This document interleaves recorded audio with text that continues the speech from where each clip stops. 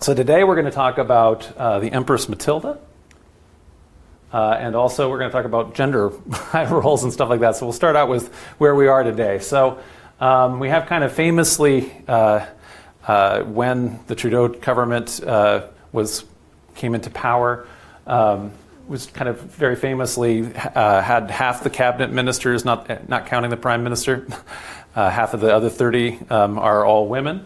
And so 15 out of the 31 ministers are women. And when asked about it, Trudeau said, why did you do that and things like that? And his response was because it's 2015, right? So in other words, that we ought to have achieved that. And he maybe thinks it's a good way to get votes from women. Women are a slight majority of the electorate, and maybe that would be a helpful way.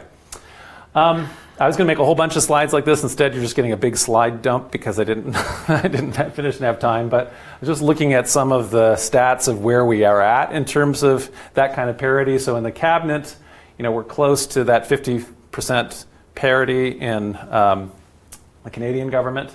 However, in the parliament, the federal parliament itself, among the members of parliament, there's 338 members of parliament, of which only 88 are women. So that's 26%.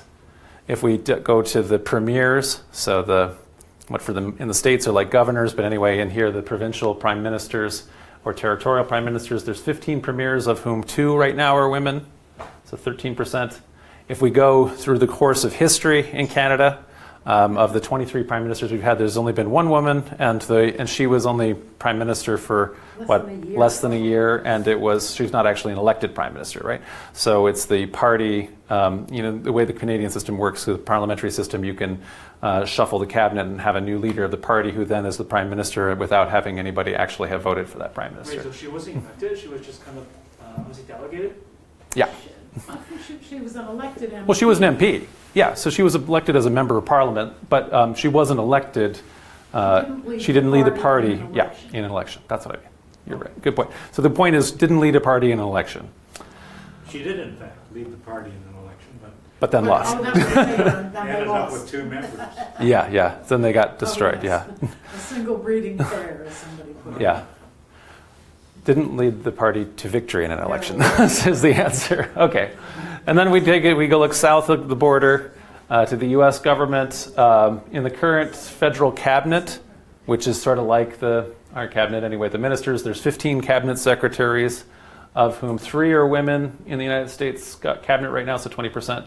If you look at the U.S. Congress, there's 535 members of Congress, 100 senators, 435 representatives, of whom 106, or about 20%, are women. Of the 50 governors of U.S. states, 6 are women. And, of course, of the 45 presidents that have existed in U.S. history, 0 have been women.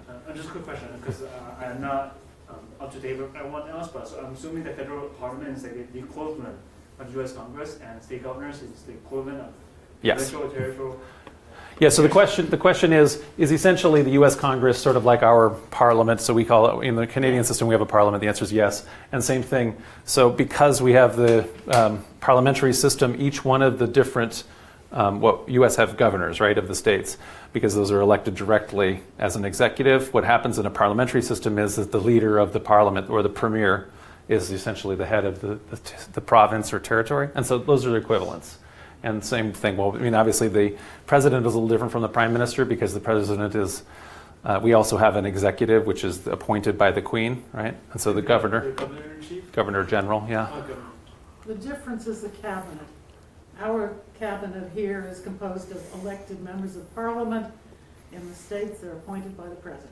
Okay. Yeah, so that's true in the cabinet. Although these are all, so the cabinet here, they're all elected members of parliament, but then they're appointed through the party, or by the prime minister, to be the heads of the different ministries, right? In this case, like you say, the federal cabinet in the United States, the president just appoints them all, but then the U.S. Senate has to approve their appointments, and then as we see all the time, if you happen to be kind of a particularly crazy president, you can you're fired. That's your catchphrase, right? And so you can keep firing people whether or not, anyway, you have to tell anybody about it. Yes? Sometimes when I'm listening to American television, I know they'll refer to the House. Yes.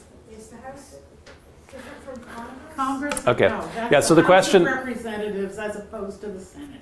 Yeah, so the question is, in the U.S. System, there's one of the houses of the Congress.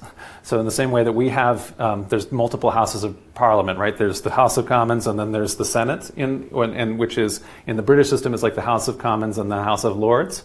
But in our system, the Senate is very ceremonial, or it doesn't have a lot to do other than put the brakes on things. In the U.S., the Senate is elected 2 senators from every one of the 50 states, and then the representatives in the House, like you're talking about, the House of Representatives, each one of them is elected in a little territory, which comprises essentially 1/435th of the U.S. population.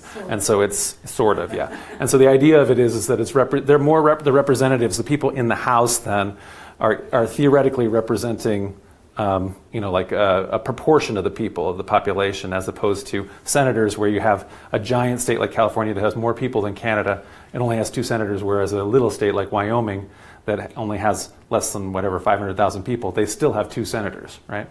So anyway, that's how the system works. In any event, the main point, it's not just a civics lesson, and we can maybe do one on, on constitutions at some point, but the main point here is pretty low overall in terms of the proportion that are women where we're at in terms of especially governors and presidents and prime ministers. In fact, as we go through, I guess there's an up-to-date list of 2018, I found here of nations with the most female participation in national parliaments. And Rwanda is at the top of that list with 61% women. Yeah, Africa is an African country. Rwanda is an African country. Rwanda is where the Rwandan genocide occurred. And so I guess one of the things that was a result of that is that so many men were all killed.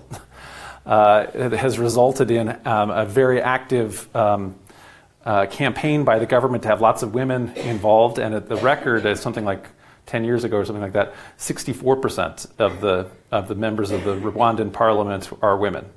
Anyway, so that's back down to 61% are women right now. So anyway, it's a lot.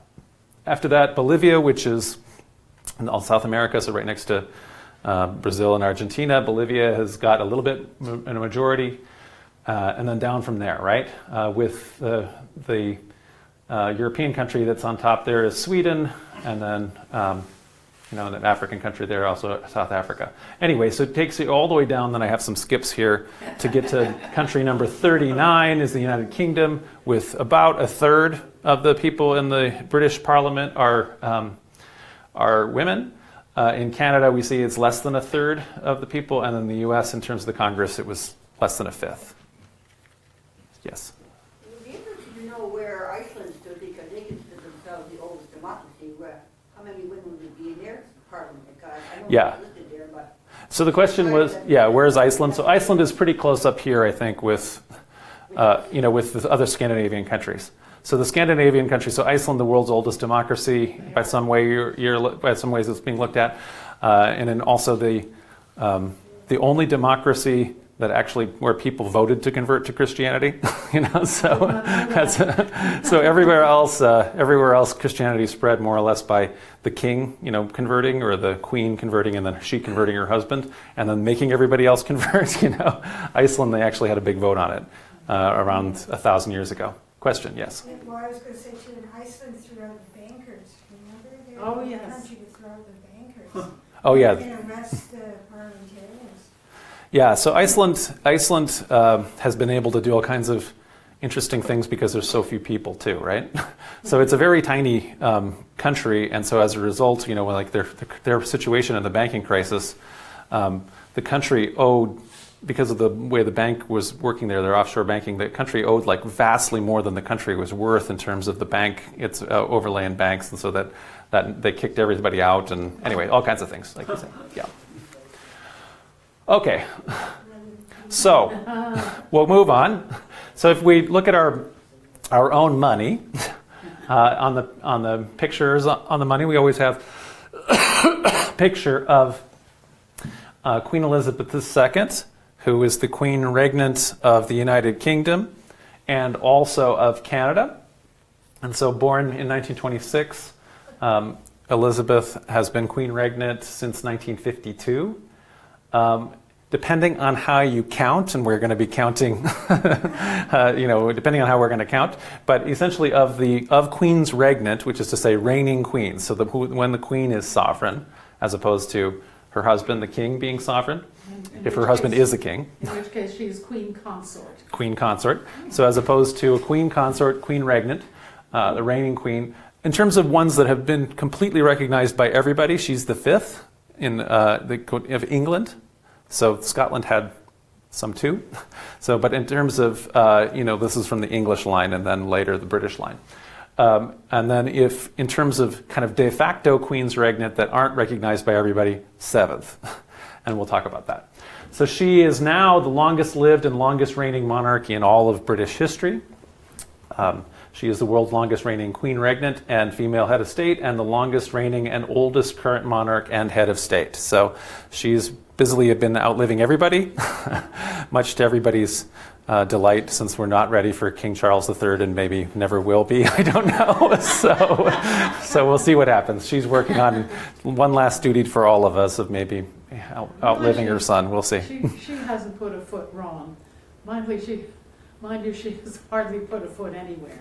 So yeah, there's a wonderful show. We've been talking about like some of the shows that are on all of these things, and so there's a new show, The Crown, and so The Crown is making an interesting drama about a queen who specifically tries to do nothing, and so how doing nothing is always the best thing and also the most dramatic thing, and so it's been an interesting drama to watch that, So, despite the fact that she doesn't ever do anything, so let's say in terms of it that's controversial, or because of it, she therefore, because of that, retains like a surprising amount of constitutional power in terms of her, what we'll call, say, de jure power, which is to say that's her power as it exists in law, as opposed to her power as it exists, let's say, in tradition or practice or de facto. So this is often stuff, she doesn't do a lot of stuff in some cases, but she still has a lot of power in law, including the promoting of the appointment of the prime minister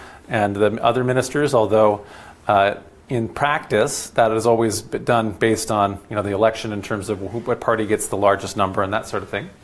Also has the capacity to summon or prorogue Parliament. Legislation that comes through Parliament technically requires royal assent, but royal assent is always given. She is the Commander-in-Chief of the British Armed Forces and the head of the Church of England. Although, again, these are operating completely without her intervention.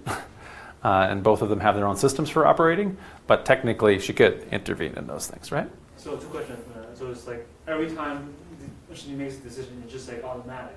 Yes, for example, the British Army needs to do something.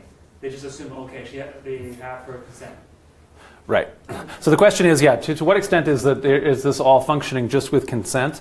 And so in some cases, I think there's a lot of the cases, there's an actual process of notification where she gets boxes and other kinds of things that are full of stuff, and she's assenting to it.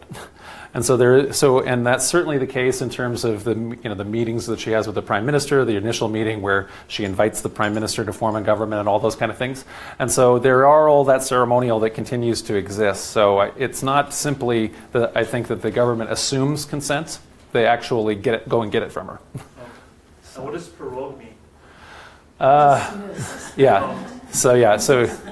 It's not technically, it's like technically less than dismissing the Parliament, but it makes it so that they're not allowed to function. They're not meeting anymore, right? Yeah, so it's a suspending activity in Parliament. I believe she meets with the Prime Minister every week. Every week, yeah. There was a piece in the New Yorker years ago, a profile of the Queen. Obviously, they didn't interview her, but this is not without value. We're talking serious institutional memory. Yeah. So the point here is that Queen meets every week still with the Prime Minister, and her first Prime Minister was Winston Churchill. So she has a lot of institutional memory, and she can tell more recent Prime Ministers when they're making mistakes, this kind of thing. just going to check here to make sure that I'm getting any kind of feedback that the feed isn't working. Okay, no, it's working. So good, because I'm doing this, again, flying solo. Okay, so that said, for our queen, who has been queen for all this time, she's married to somebody who is not a king, right? So Queen Elizabeth's mother, when she was alive, held the title queen during the lifetime of her husband, King George VI, and then after he died, the queen mother, she was called. But as Elizabeth pointed out, her position was actually queen consort as opposed to queen regnant. So she had the title queen, though. It wasn't. They didn't have. She wasn't called princess consort, right? Because they didn't particularly fear that. However, Queen Elizabeth's husband does not hold the title king or king consort, but is instead called Prince Philip, Duke of Edinburgh. And so part of the concern, that was still with us as recently as after World War II, was that if you afford the Queen Regnant's husband the title king, that really makes it seem like he's in charge. And so they did not want to do that, and they did not do that. And actually, we don't want Philip in charge. So, yes. Victoria wanted Albert to be called king consort, but it didn't fly. Yeah, we'll get to him. Didn't the Dutch prince just want to be called king or something like that, and his wife refused, and he just died recently? It was one of those. Finland. Finland, I think it was. No, I think it was Finland continent. was I think it was the Netherlands or something.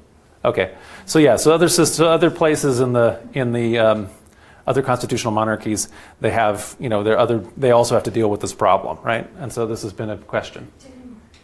And as we were just mentioning, with Albert, as recently as then with Queen Victoria, there was an additional precedent of a queen regnant.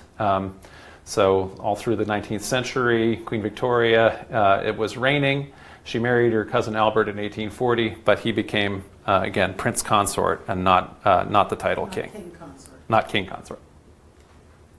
To go back then to the one before, that is, do we get till Queen Anne? And so Queen Anne of England, Scotland and Ireland, in her reign, they passed the Acts of Union. And so essentially the British Parliament and the Scottish Parliament voted to create England. England and Wales were already unified. And so England and Wales then were unified together with Scotland to become the Kingdom of Great Britain. And when that happened, then she became Queen Regnant of Great Britain and Ireland. So she's the first of that series. She, again, also was married to... her husband was George of Denmark, and so he had the title prince, again, not king. She then died without surviving issue, so she didn't have any children that lived past her adulthood, and so as a result of that, that was the end. She was the last in the House of Stuart to be on the throne, and her distant cousin, George of Hanover, succeeded her. Yes, in the back. Excuse me, how long was she queen of, how long was she queen? 10 years, 5 years, or what? So, what does it say? So she died in 1714. She was queen from 1702, so 12 years. 12 years. Thank you. That's pretty good at those days. Yeah, did pretty well. Okay, before Queen Anne, immediately before Queen Anne, actually, there's Queen Mary II and King. She's married to a guy, King William III, William of Orange. And so they are invited during what's called English history is called the Glorious Revolution. So essentially the parliamentarians overthrow a Stuart king who is Catholic. And so they don't want any more Catholics, and they don't want that to happen. And so instead they invite Prince William of Orange, so a Dutch lord, and his wife Mary to be joint rulers. And so they both rule, and then after Queen Mary, who's Mary II, in terms of, so they get numbers because they're Queen Regnants, right? So Queen Elizabeth's mother is also named Elizabeth, but because she's a Queen Consort as opposed to a Queen Regnant, she doesn't count in the number scheme, right? She wasn't just his wife. She was the daughter of the king they overthrew, right? Yeah. But he also gets to be king, is what I'm saying. But you said his wife Mary, but she was the daughter. She overthrew her own father. I think she was the daughter of Charles I. Or grandmother. She was certainly a part of the English royal family. She's one of the Stuarts. Yeah. Yeah, I didn't make a family tree of this one, but anyway, so she's definitely a part of it. And so, yeah, she's a Protestant member of the family. And the same way that when, we had back here with the very distant, George I, right? So George I, when he takes over after Queen Anne, he's not anywhere near the next in line by any means in terms of primogeniture. There's all sorts of candidates in front of King George of Hanover who are more closely related to Queen Anne, but they're all Catholics. Ah. And so there's already been an act, because of the Glorious Revolution, there's already been an act that Catholics cannot ascend the throne, right? So at that point then, everybody who's a Catholic gets off the list. And so now there's a very official list that happens here after William and Mary. But even though, like you say, Mary is the one who's more directly related, her cousin's got a much more distant thing. He is actually also a co-ruler. So he's jointly a king. And when she dies, he still continues to be king as William III until his own death. Where they had already now in more recent times figured out that they want to have the husband be a prince consort, right? And so in this case, William was brought in as co-king, so they're co-monarchs. Now to go back before that, the most famous, probably, anyway, of the queens regnant is Elizabeth I, who was queen for 44 years, beginning in 1558 at the death of her half-sister Mary. And so she famously remains unmarried and is styled the Virgin Queen. And in part, this is because to avoid this danger of marrying a husband and then having the husband become king and actually being able to exercise power and authority in her name because of British law, or English law. And so that's people were dangerously, what Elizabeth was worried about it. And also the English nobility was worried about it because if she were to marry, let's say, a English noble, then that guy is immediately already elevated massively, and he has an entire noble network that is always going to then potentially have not have neutrality in terms of what the crown normally does. The crown normally is able to be a relatively neutral arbiter between all the nobles that are fighting with each other. But in this case now, if you have some noble who is sort of the queen consort even, the king consort even, then his network is potentially going to get preferential treatment. And so that was a danger. And the other danger would be if she were to marry some foreign king, and then potentially England could just simply pass into the rule, let's say, of the King of France. Let's say if she essentially marries the King of France and he becomes king of both realms. So this is what she's worried about because of what had happened in her immediately previous reign. And just by coincidence or whatever, this is a point of something else is happening. Scotland is also having a queen regnant during this time, who's pretty famous as well, Mary, Queen of Scots, who at a certain point in her reign is also queen consort of France. So she does, Mary, Queen of Scots actually also marries the French king and has that problem and is ultimately a widow of the French king and goes back to Scotland where she's reigning on her own, has all of these problems that we're saying that Elizabeth is more or less avoiding. So essentially she has a favorite. The favorite is very unpopular with all the other nobles, and ultimately she makes a bunch of bad decisions and has to flee the kingdom. She flees south of the border to England, where she is not particularly welcomed by Elizabeth, who imprisons her, and ultimately, at the end of a bunch of plotting by Mary to have Elizabeth assassinated, she gets executed. So it's the end of Mary, Queen of Scots. Elizabeth, though, by not having a marriage, not having a spouse, that also means she has no children, right? And so that means that that's the end of the Tudor dynasty. So going back one further, we get to Mary I. And so Mary I is the first queen regnant of England that was universally accepted as the queen. So we have a couple that are going to be before this, but they're not, didn't achieve either recognition or coronation during the time period that they're kind of in charge. So she began to rule in 1553. Kind of very famously, she attempted to reverse her father, Henry VIII's policy of separation of the Church of England from the Roman Catholic Church. And in the course of doing that, 280 religious dissenters, so Protestants or pro-Anglicans or Anglican independent people, were burned at the stake. And so Protestants who ended up winning this war and getting to write all of the histories look back on Mary as, calling her Bloody Mary. And so she's been quite vilified for this kind of time period. So one of the things, as Shaheen mentioned, is that she married a cousin, Prince Philip of Spain, in 1554 at the age when she's already 38. So she hadn't been able to marry in her, more or less in her father's lifetime. It was too dangerous, right? And so at this point, anyway, she marries Philip. So just to go back in terms of her, so Queen Mary, her husband has the title of king. So he's King of England, Jure Uxoris. So, yeah, by right of his wife, right? So upon the marriage, he became King of England. He is the son of Charles V, and Charles V is the nephew of Catherine of Aragon, who had been her mother, right? So they kind of make a nice circle in terms of the family tree.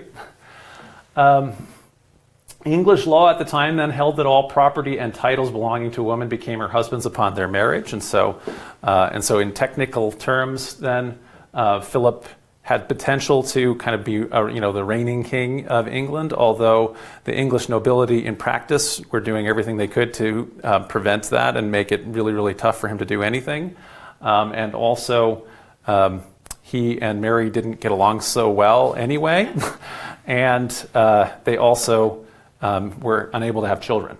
And so after some, false pregnancies or pregnancies where she thought she was pregnant but wasn't and things like that, he largely didn't spend very much time in England. And she didn't spend much time in his kingdoms. And so anyway, so as a result of that, the marriage produced no children. If we have this kind of immediate nuclear family chart of Henry VIII, so six women, not a good life expectancy rate coming out of it. His first wife, Catherine of Aragon, who again is who we mentioned here as what the Catholics recognize as his only legitimate wife. Mary then is the daughter, the only surviving child to adulthood from that union. Then Anne Boleyn, who he marries afterwards and then later has executed. Her surviving child is Elizabeth. And then Jane Seymour did finally produce the son for him, so Edward VI. And Edward VI, although outliving his father and being crowned king, he died while he's still a teenager, right?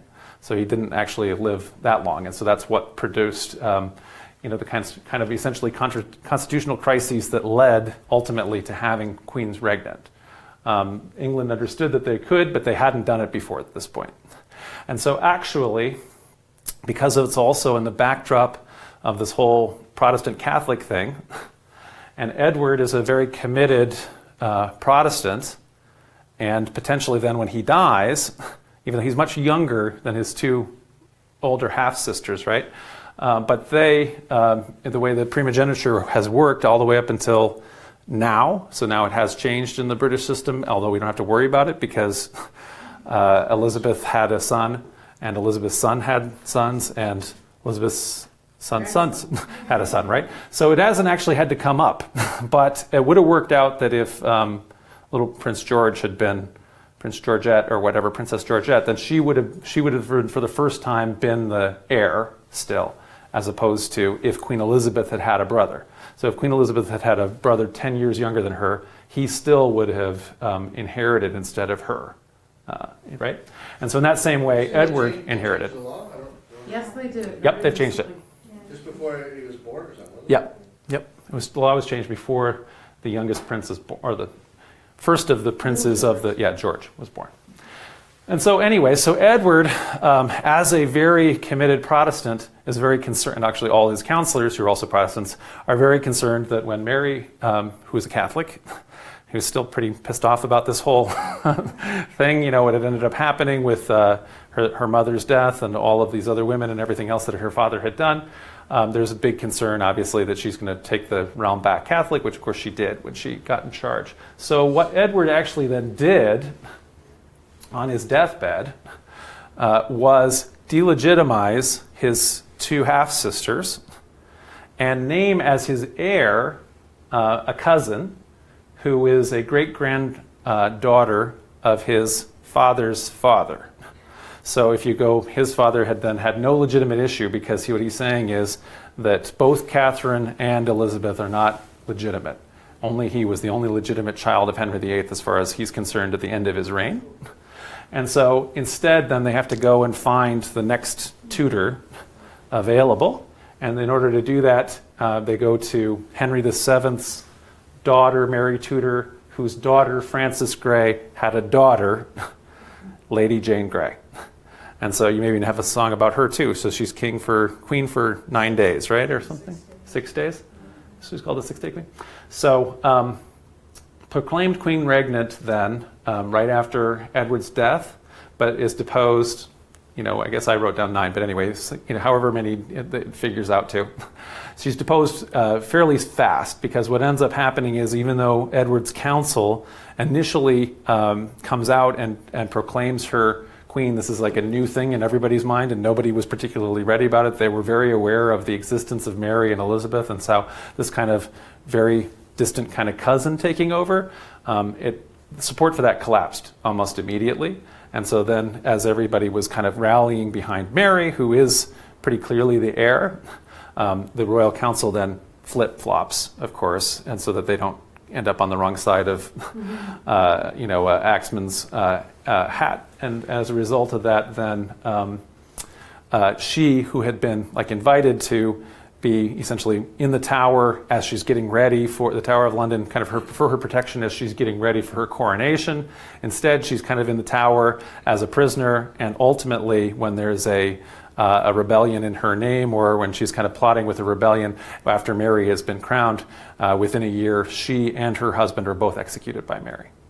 So that brings us then back to next time we do the jump. So Lady Jane, was sort of queen, because there's no queen essentially during that time period, and she's sort of recognized by the royal government for that week that she's kind of in charge. And then you got to jump back now another 4 centuries to get to the precedent before that. So it really was kind of very unprecedented territory when Lady Jane Grey, and then later especially Mary and Elizabeth were in charge. And you can kind of see, as we've kind of inched our way backwards through this whole thing, about how sort of complicated it's been, and where we still are in a position where, again, the queen regnant, who was pretty securely now equated in all of our minds with the British monarchy in general. I don't think people almost have an idea of what it is to be king or queen of England other than Elizabeth II right now.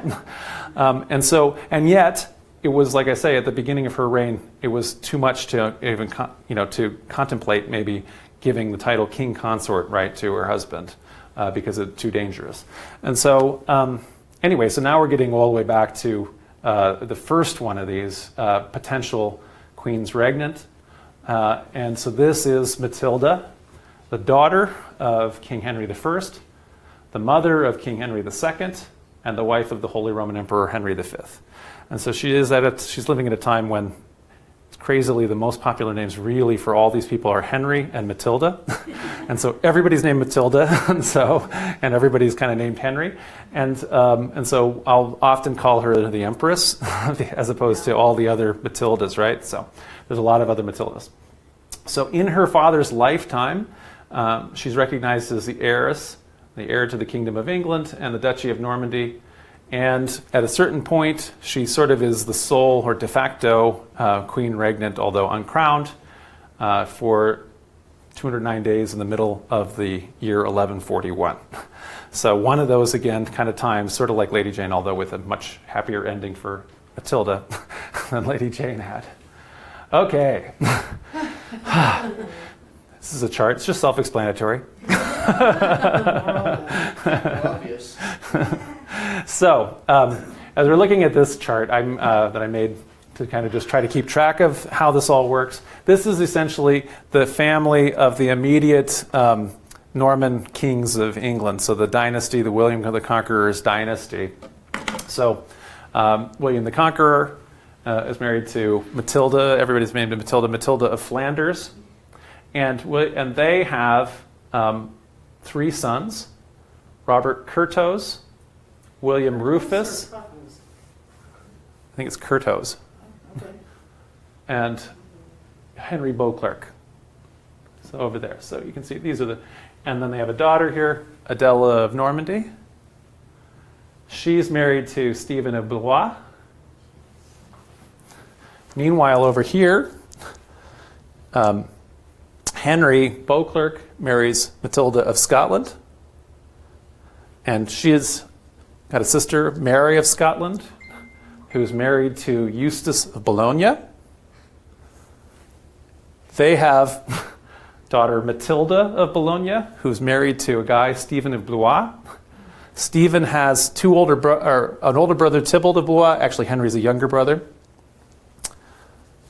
And over here, okay, Henry, by his wife, has 2 legitimate children, Matilda, this is Empress Matilda, and a prince named William Adelin.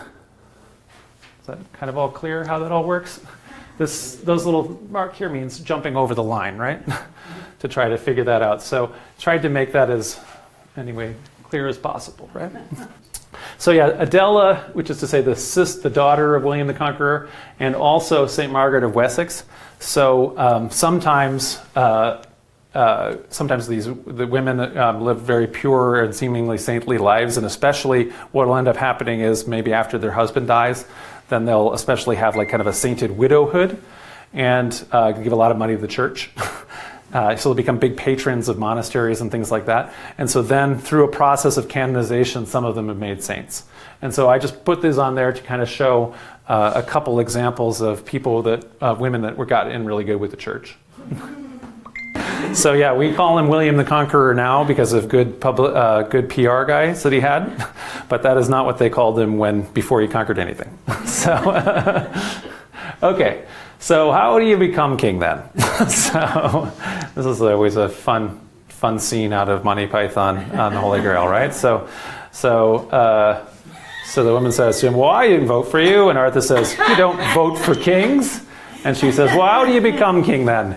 And so Arthur says, the Lady of the Lake, her arm clad in the purest shimmering samite, held aloft Excalibur from the bosom of the water, signifying by divine providence that I, Arthur, was to carry Excalibur. That is why I am your king. And then Dennis pipes up and says, listen, strange women lying in ponds distributing swords is no basis for a system of government.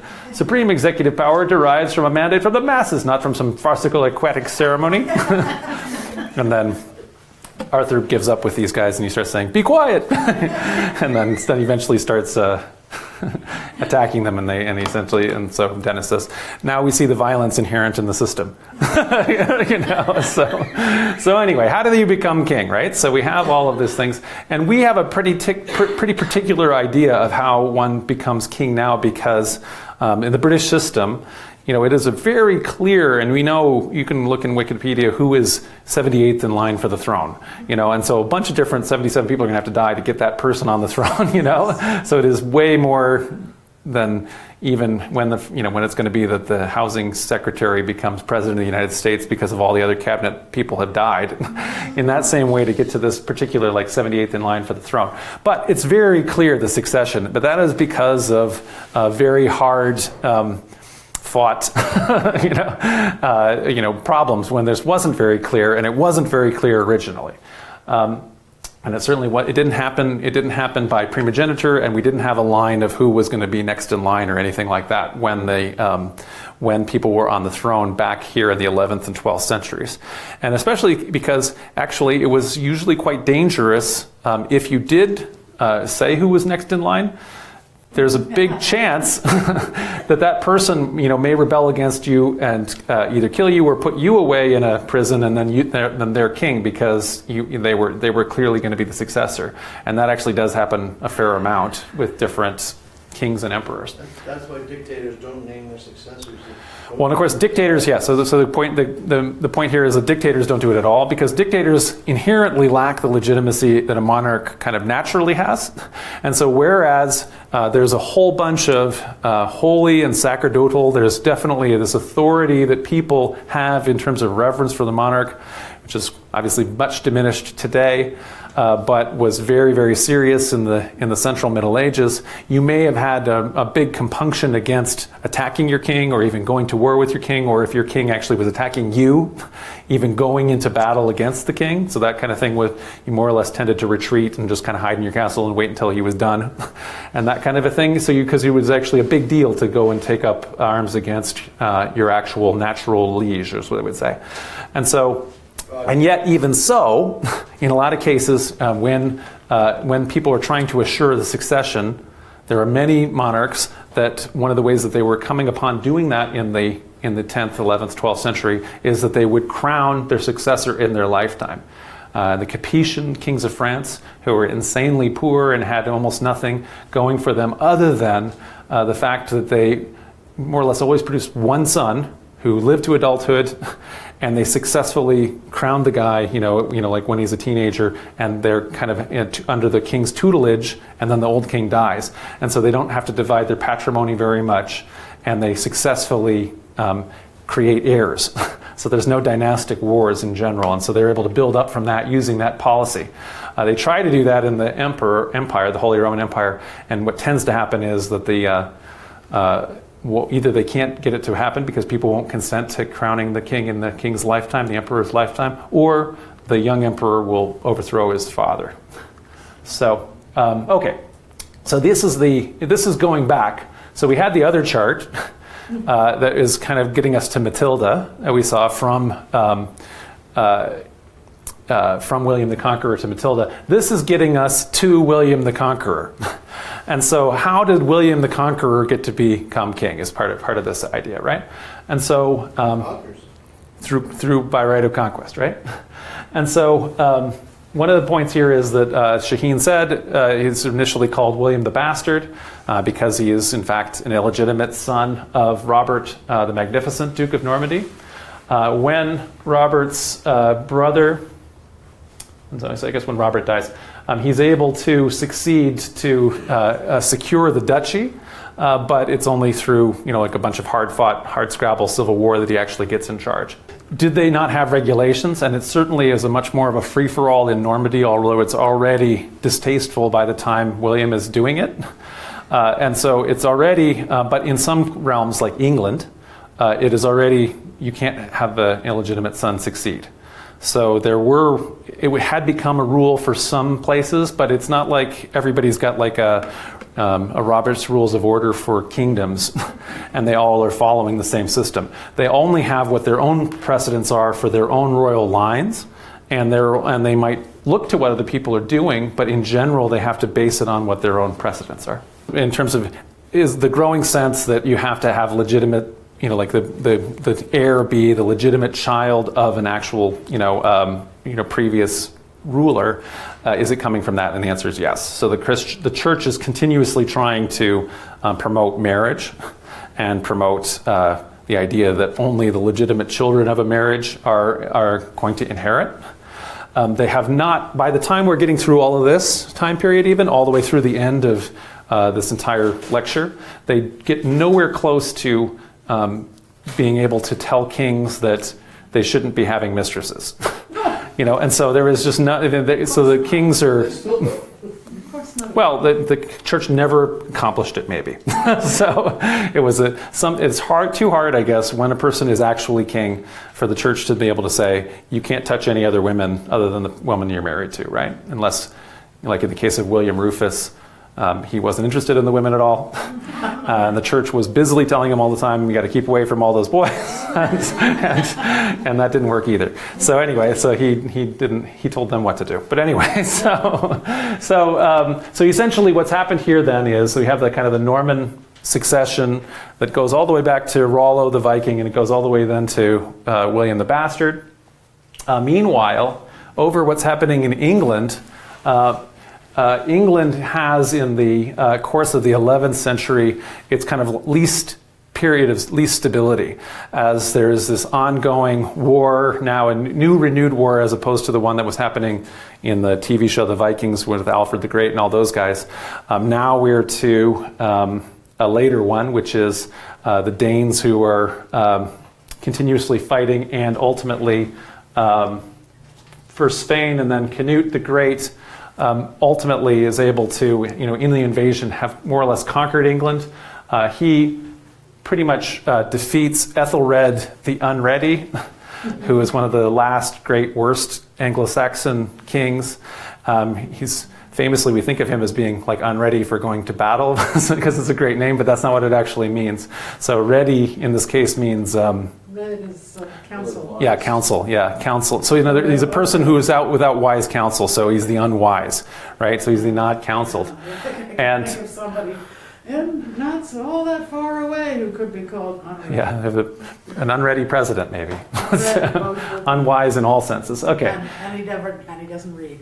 And so one of the things that happened then is Ethelred is pretty well losing this invasion that Canute has.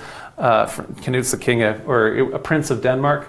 And so he more or less is able to conquer the northern part of England, which is Mercia and Northumbria, East Anglia. And then the Anglo-Saxon kings are kind of forced back into London and Wessex. And so that's kind of the area that they have, which is south and west. Essentially, while Ethelred dies and while Canute is besieging London, they maybe I have a slide about this. Yeah, I'll come back to it. While the people in London elect his son Edmund Ironside to be the king, so we'll get to that. So essentially, at this point, in that kind of 11th century time period, when Canute assembles his whole empire, when he becomes king of Denmark, Norway, and England, he has that kind of orange territory that he has sway over. And then this Normandy is just here for comparison so we can see it, right? So Ethelred died in 1016 during Canute's invasion.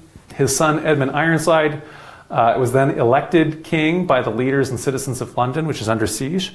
So London has a sense, as the capital, that one of their traditional rights is to be able to acclaim who the new king is going to be.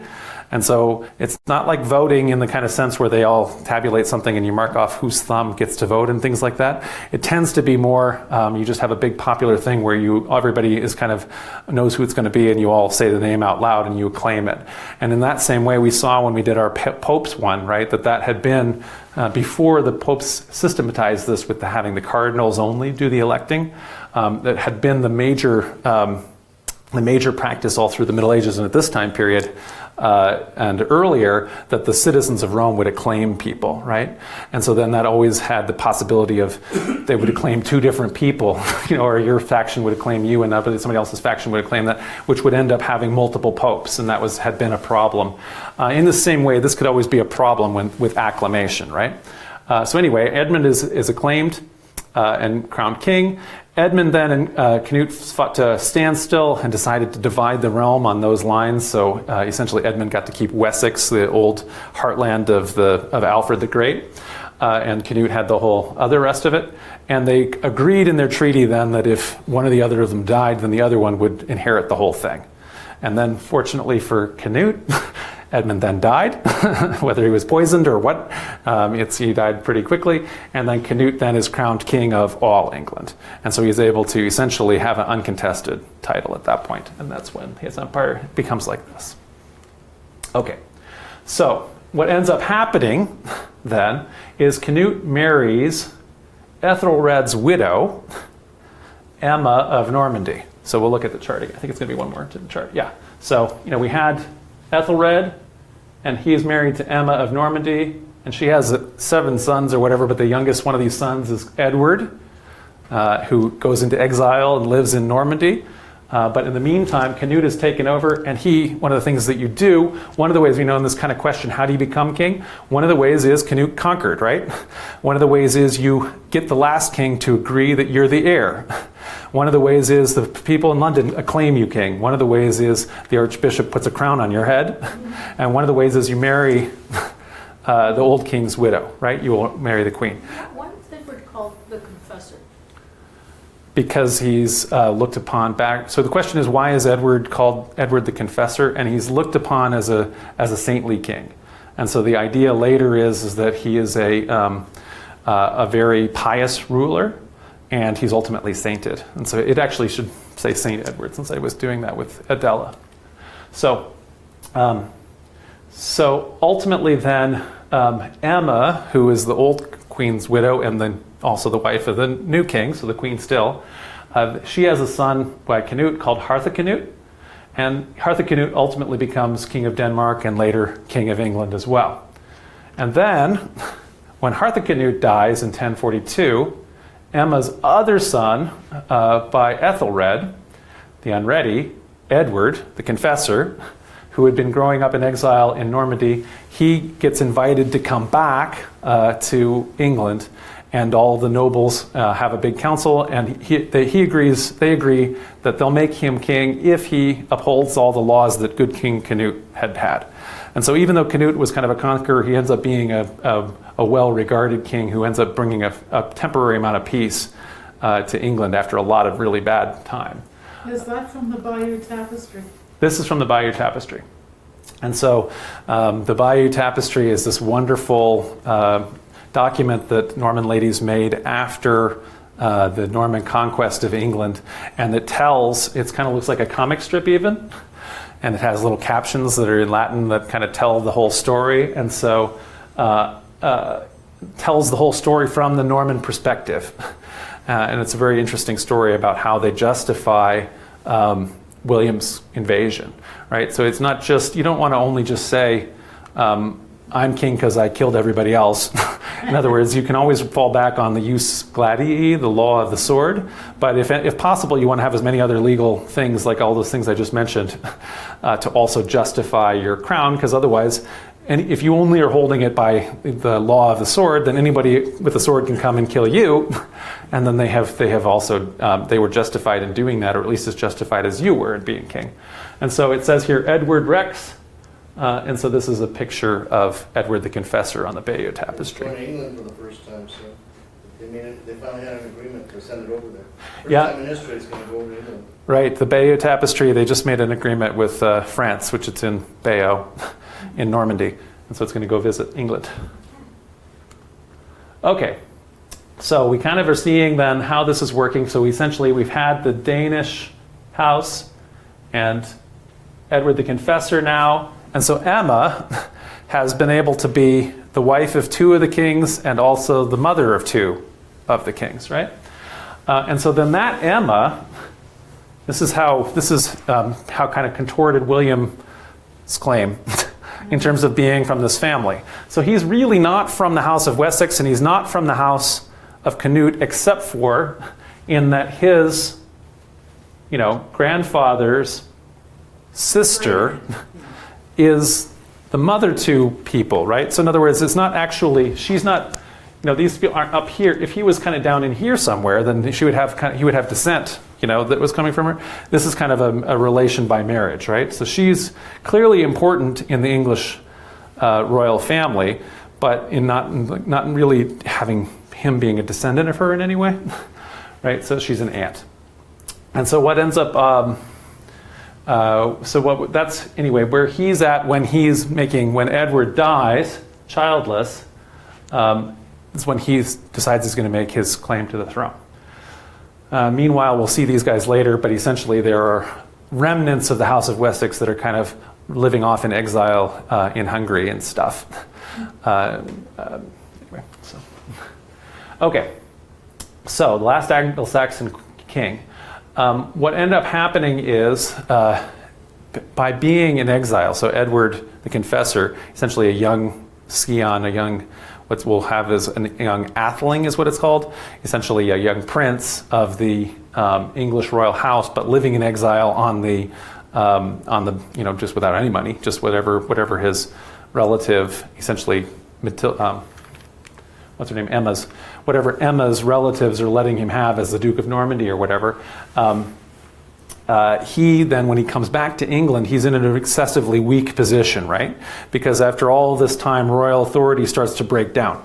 And so what ends up happening is if you have like a series of weak kings or like minorities and things like that, or changes of the royal dynasty, then there's pretty much no continuity. And what ends up happening is the nobles grab whatever they can. And so then when the new king comes in, there's nothing left. The nobles have it all. And this specifically happened in England at this time when Edward the Confessor comes back. There's this family called the Godwinson family who control almost all of the earldoms. And so Godwin and all of his sons end up being like the earls, and the earldoms are much bigger. So an earldom is, in England, like what we call like a county in France. And so an earl is the equivalent of a count. But at this point, the counties are very, very big. So the counties are things like Northumbria, which is, bigger than York, and Wessex, that is all of the, kind of western lands. And so there's only, like, let's say, 6 or 7 earldoms, and these guys control them all. So Britain at a certain point had been Roman, and so didn't have any kings. Like people like Constantine the Emperor Constantine are actually from Britain, but they didn't have a domestic king. Obviously, it's just a province, like any other province of the Roman Empire. The Romans withdraw, and so what ends up happening is that's when the invasions and also colonizations by the Anglo-Saxons and Jutes happen.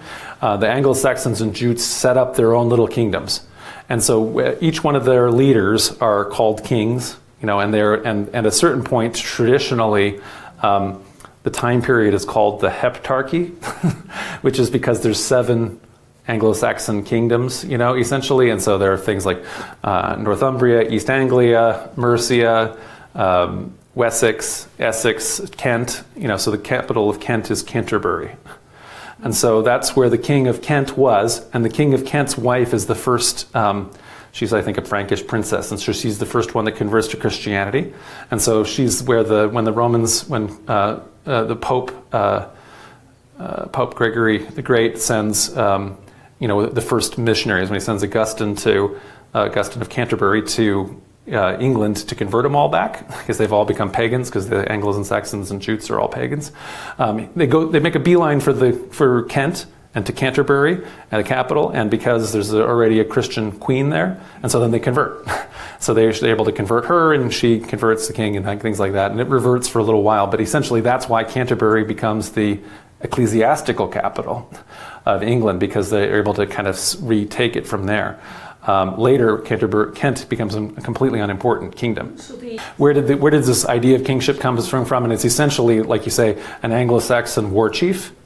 And so they're essentially originally kind of like the chief of a coalition, which is a tribe, and then ultimately becomes... And so all the kingdoms are not territorial originally, so it's like the king of... We say Wessex because we think of the territory, but it's the king of the West Saxons, and the king of East Anglians.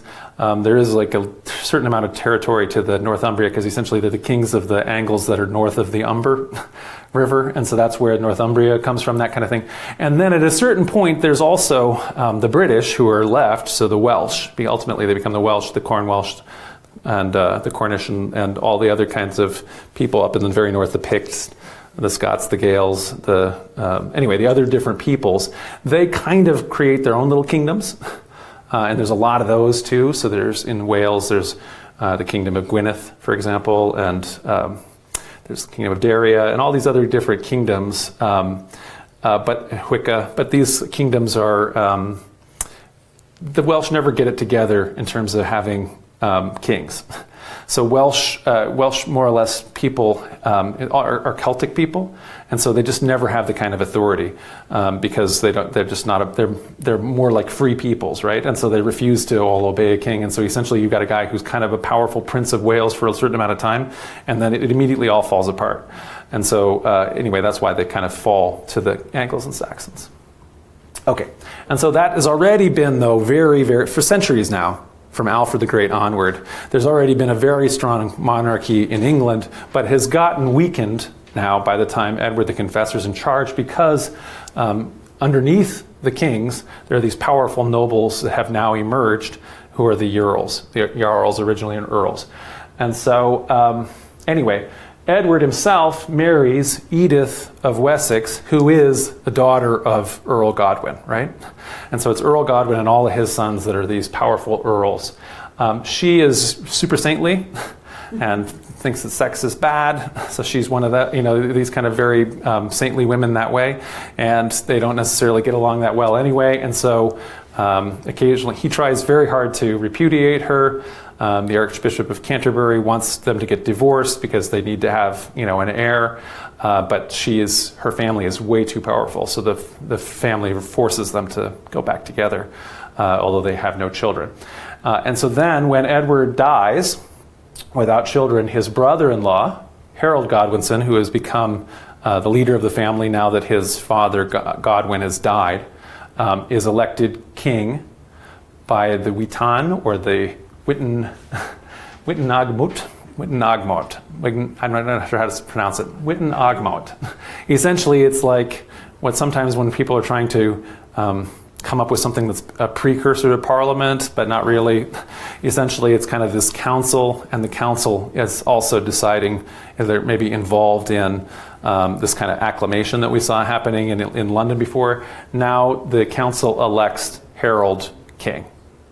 And so Harold becomes the last recognized anyway, fully recognized and crowned. Rowling took that word and altered it, I forget how, for a council of wizards. Okay, so this is in Harry Potter? Who did it? No, in Harry Potter. So in Harry Potter, this becomes the Council of Wizards. Okay, so what ends up happening then? Okay, in this kind of crazy year, 1066. So Harold Godwinson, so the Anglo-Saxon person who's from the family that has actually all the power, he's now actually the king. There are two potential rivals who also decide that they want to claim the crown, who think that they should be Edward the Confessor's heir. And these are Harold Hardrada from Norway and William the Conqueror.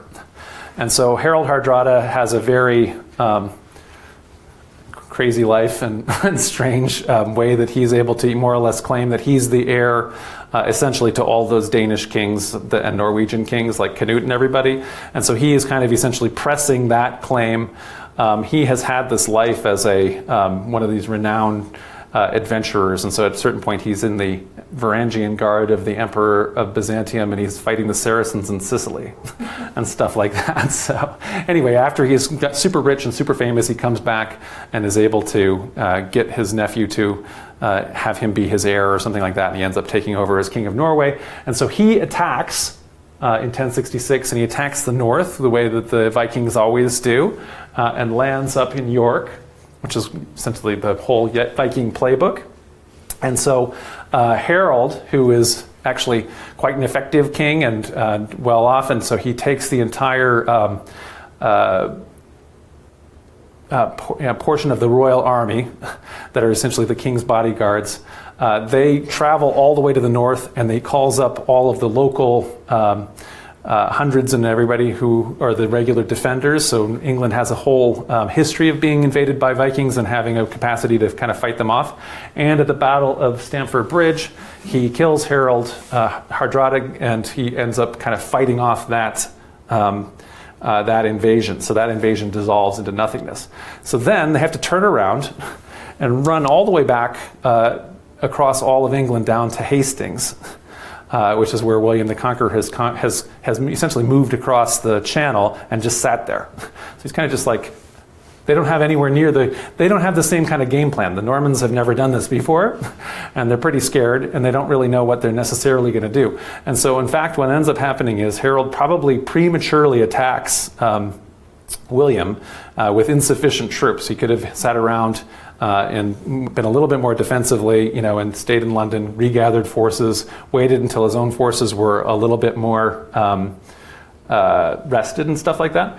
And instead, they go down there and kind of engage him right away. They're probably thinking, well, we just killed all those Vikings, we can kill these Normans too. And then what ends up happening is that Harold dies by getting an arrow in his helmet. And so when this is one of the things that I've kind of pointed out on multiple different lectures, which is whereas it sometimes works when somebody invades you and tries to become king of your kingdom, so in other words, going up and killing Harold Hardrada, that totally worked out for Harold Godwinson. But just as often, what will end up happening is you accidentally get killed, in the battle. It's very dangerous, even if you outnumber them and things like that. And you almost always, with the level of medieval technology, you're almost always better off if you go back and hide in your castle and just wait until the Normans go home. Because at a certain point they got to. There's nothing else they're going to do. So anyway, what ends up happening is that Harold gets killed, and so pretty much then William is able to be recognized by everybody as being king. He does have to fight a lot of mopping up operations, but he essentially wins. Okay, so how do you become king? And one of you mentioned here already that jus gladii, so by right of the sword, or the law of the sword, is one of the ways that happens. And so William, Duke of Normandy, then he seizes this crown by defeating Harold Godwinson, but his other claims, which he had a bunch of other ways that he's trying to get to, are quite slender, right? So we're mentioning here in terms of his relationship with the royal house is fairly remote. So yes, maybe Edward the Confessor in exile had been hanging around in Normandy, and his mother, was a Norman princess, or a queen from Normandy, but to get to William should be in charge is a little bit more complicated. The Bayeux Tapestry explains another one of William's arguments, which is that it claims in the Bayeux Tapestry that Harold Godwinson, before he became king, had kind of sailed to Normandy and gotten shipwrecked and got caught by William, who he then pledged to support William's claim and not his own. Sure he did. Well, that's what it says in the Bayeux Tapestry. So, that's his claim. And he also took the precaution to write to the Pope and to make his case for the Pope and to get a papal banner. That also, I think, seems pretty crazy, considering that the popes had a very long relationship with the House of Wessex, but I guess because Harold is not of the House of Wessex is one of the ways that this is why that happened, right? So the part of the issue that he also had was that Harold Godwinson also isn't from that family, right? So he's fighting against a king who's a vigorous king and a rich king, a king whose sister had been married to the last king, but who himself is not from the royal family, right? And so that's also something that William has in his favor, is that he's fighting against a rival who also doesn't have a lot of legitimacy. Okay, so what ends up resulting from this conquest is kind of a double Norman state, right? So William continues to be Duke of Normandy, and he's also King of England. What ends up happening is there are additional risings later. So initially, it maybe is going to be that there'll be some kind of a mixed Norman Anglo-Saxon nobility, the same way that the Anglo-Saxon nobility had previously mixed with all of the Scandinavians, and so they kind of were able to come to terms with all of that. What ends up happening is that most of the Anglo-Saxons and nobles end up having a rising in favor of a prince of the actual royal family. So Edgar the Atheling. And so Atheling here is this English word which means prince that we don't have anymore. But essentially when we have it over here, Ethel means noble. yeah. And so from Ethelred's other wife, Edmund was the king. Then had a son, Edward the Exile, and he has a son, Edgar Atheling, and then a daughter, Margaret of Wessex, who ends up being the Queen of Scotland. So they come back, they get support in Scotland, because you always get support in Scotland whenever you're going to attack England. It's the first place you go. So they go back and do that. So essentially, they have that revolt, and so all the Normans more or less liquidate the Anglo-Saxon nobility as a result of that, and the Normans largely replace the Anglo-Saxon nobility. And so that creates a domain that spans the channel, and it really permanently takes England out of that Scandinavian orbit that it had been in up until now, as we saw kind of in the maps, and it was looking that way, and puts it in a French orbit, as they're always looking to France. So when William dies, though, what's going to happen? So in the one hand, he was able to inherit this realm. He got Normandy, he said, by inheritance. And so he understood it to be that then his eldest son had the right to that patrimony. So his oldest son he gives on his deathbed Normandy, but he doesn't like his oldest son at all. He doesn't think his oldest son is a good ruler at all. He's actually quite right. His oldest son is really kind of a bonehead and never does anything right. And so he gives to his second son, which he likes a lot better, he gives that son England. And so the realm gets split up when William the Conqueror dies. So now we're over here, right? William the Conqueror. So we mentioned Robert Curthose, the oldest son, William Rufus, the second son. And so now William Rufus becomes William II of England. Robert is really pissed, but he can't do anything about it.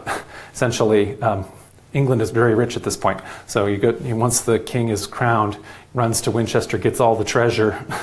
You really, to have another invasion is really tough.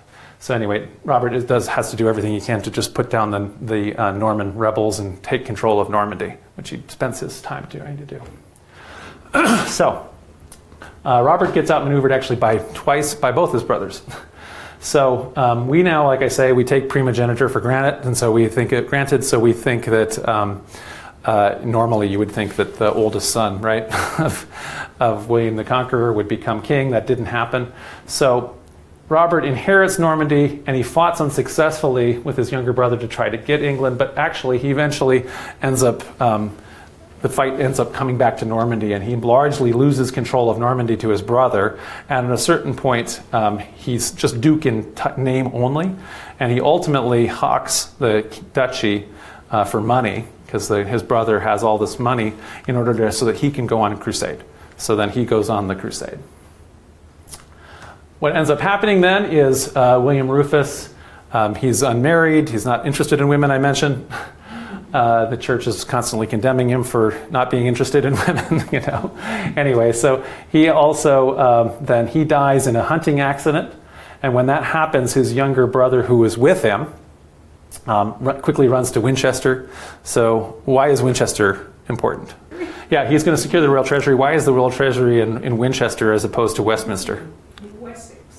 Wessex, you're right, exactly. So Winchester had been the capital of Wessex, which is that old kingdom of which Alfred built all of England, right? So Winchester ends up still being a very important royal city, royal treasury. He's then hastily crowned king in 1100 by the Bishop of London at Westminster, while Robert is still away on crusade. And so essentially at that point, once you got the crown on your head, then you have all of that sacred energy and everything like that around it. And so it's very hard for anybody to do anything about it because you've now entered to that phase. So he later also, Robert, who's really bad at being a duke even, comes back. He kind of tries to take back over the duchy. Eventually, Henry's also able to kind of beat him and eventually captures him. And so then he puts Robert into prison for the rest of his life. And so then Henry ends up being Duke of Normandy and King of England. Okay, so in the course of a very long reign, Henry's a very good king, and one of the first times that England's had a very strong and good king now after the conquest. He has a relatively peaceful reign, and it allows the realms to become very prosperous, both England and Normandy. He also is very frugal, so he saves up a huge amount of money. He marries Matilda of Scotland. So I mentioned this woman who had run away and was Edward the Exile's daughter. She had come back with her brother who was a prince who was in the uprising. Well, I'm sorry, this is her. Margaret of Wessex is that woman. Her daughter, she married the King of Scotland when she got up there. Her daughter, Matilda of Scotland, now marries Henry. So now we do have that House of Wessex, getting married into the Norman king line. And so this is going to be really good because that'll make all of the Anglo-Saxon subjects happy finally that they're going to have their legitimate, in their eyes, king on the throne. So they have two children who live to adulthood, Matilda and William Adelin. And so why is he called Adelin? It's Atheling. So the Normans can't say Atheling, and so this is Norman for Atheling. So Adelin, and so essentially they're taking that thing. So what they're really saying here is now they've got a prince who's a legitimate Atheling, right, in from the Norman line. Okay, so we saw where that is. That's over here, Matilda and William Adelin, right? So from the son of a bastard, Henry then is able to move into this amazing sphere of wealth and prestige. He's essentially the wealthiest monarch in Europe. And he's able then to have his daughter, Matilda, marry the Holy Roman Emperor himself. And so the Holy Roman Emperor at the time is Henry V. He's the fourth and last, actually, it turns out, emperor of the Salian dynasty. His father, we've done when we did the Pope one, is that famous Henry IV who gets excommunicated and is begging the Pope for forgiveness at Canossa and getting unexcommunicated, and then that kind of screws the Pope over, if you remember that when that happened. So this big battle is happening between the Salian emperors and the popes, the investiture controversy. So Henry IV, his father, had Henry V crowned in his own lifetime. So that's why, like I've said, one of the ways you become king is that your dad crowns you. But Henry V, who's crowned in his own father's lifetime, is not the oldest son. The oldest son is a prince named Conrad, and Conrad doesn't get crowned because he's already rebelling against his father, right? So he's in an open rebellion against his father. So his father turns to the next son and says, "You're king." And so he crowns him at Aachen, and so now he has that crown. Then Henry rebelled against his father too, later, and won, and he's actually successfully forces Henry IV to abdicate. And so, and then he dies within a year after that. So Henry IV then becomes sole ruler. A decade later then, he marries Matilda, who is about 12 years old at the time. So she's very young. Valerie. Whose heavenly hands are those reaching down with the crowns? Right? Whose heavenly hands? So it'll have to be Christ, right? So it's, since the Father, I don't think, does that. So, but essentially it's by the grace of God, right? He's Holy Roman Emperor. So this is a pretty big step up from, again, Henry's father, Matilda's grandfather, who was born a bastard, right? So as Empress, Matilda is given this amazingly huge cash dowry, because again, England is so very wealthy compared to anybody else. They have they actually have a system of taxation no other medieval realm really does. And with it, the emperor is able to do what emperors always do when they get money, which is hire a whole bunch of troops and cross the Alps to go attack the Pope, right? And so he does that in order to also then make good his title of King of Italy.